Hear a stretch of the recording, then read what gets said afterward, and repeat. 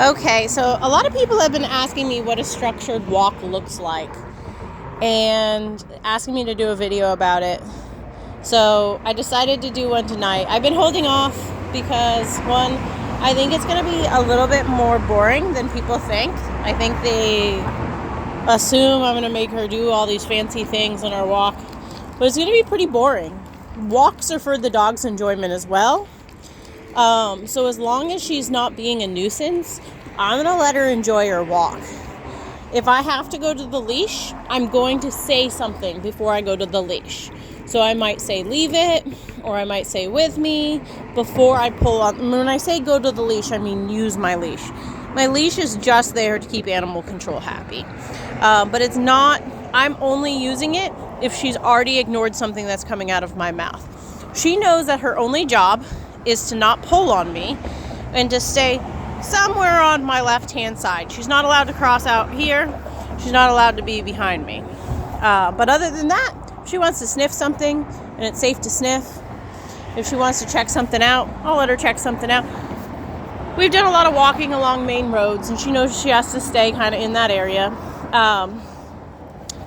But as long as it's safe to do so, I'm probably going to let her do it. This is not a formal heel. I do not ask dogs to go for a 3-mile walk and heel the whole time. I think it's important that they're able to sniff. They just can't be a nuisance. So here we go. Now, if I'm on a walk and she's got the leash stuck on her head.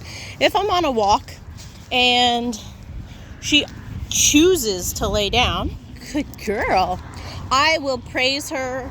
In the beginning, I will generously reward her. If I stop walking and she chooses to lay down, I will make it worth her while by giving her lots of treats in the beginning. Let's go! So I use my voice there to let her know. If she ignored my voice, I would then pull on the leash. But I don't touch this leash to her collar until I've talked to her. The way I get her more sensitive to the leash is I don't use it as often. If I'm always pulling on the leash, I'm going to teach her to ignore that leash. If I go to the leash, by go to the leash, I mean pull on it.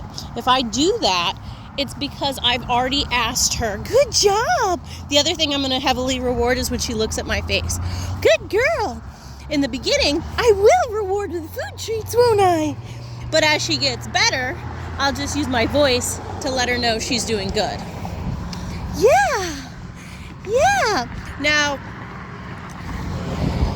when she first gets home to her owners, I will encourage them to use treats for about 2 weeks to help make sure it sticks. Let's go! Good job! She really thought about that car was extra loud, and we're walking on a louder road than normal. So I hope you can hear at least half of what I'm saying. I usually don't walk on such a loud road, but we've done a lot of walking out in public places. We've done Dollar Tree, Tractor Supply, lots of different parks. We've done outlet malls. This is probably the fastest road we've walked on. But we have walked on this road before. She's distracted by bikes over there. But you can see she's not pulling and she's not crossing.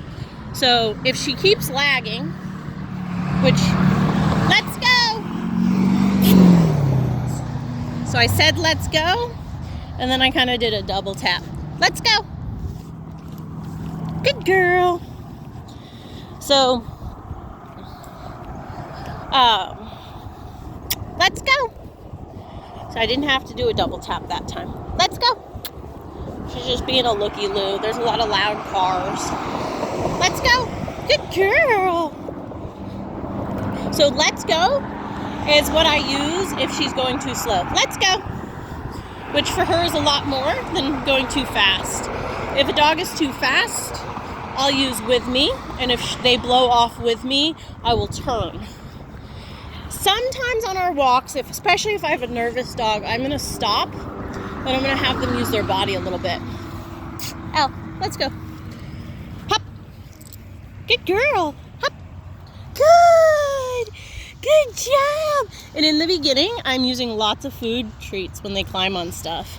But as they get better, I'm just using lots of praise. Break! Good girl! Ow! Hop! Good girl! Ow! Hop! Good! Good girl! Ow! Hop! And I apologize, my video quality on this, it's late at night. And I'm trying to film. Oh, good girl. She tried to guess to jump on this. That's a pretty big rock. That's probably up to above my waist. So I don't think she's going to be able to jump up there, but I'm going to ask her to put her front paws up there. Hop! Hop! Good girl. And I know that Elle gets a lot of try. She'll try real hard, even just for praise. So I will, it wouldn't have surprised me if she tried to jump all the way up there. Break! So when dogs are anxious, hop, good girl, hop, hop, good. Using their body can be a lot like us holding a hard yoga pose. Good girl, break. And can actually help them calm down. So I will a lot of times ask them for challenging. Not even challenging, right? That's not that hard, putting her front paws up on a rock.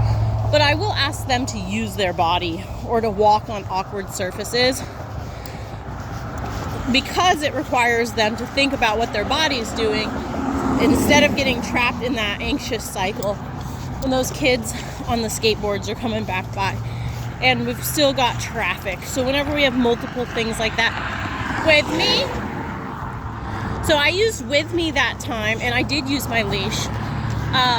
Anytime we have multiple things happening, the loud diesel trucks coming by, the kids on skateboards simultaneously, we refer to that kind of stuff as trigger stacking.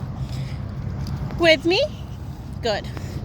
And in this case, I think a lot of owners would be like, does my dog just have to pee? Maybe she does. She can't just dart off to the side with me.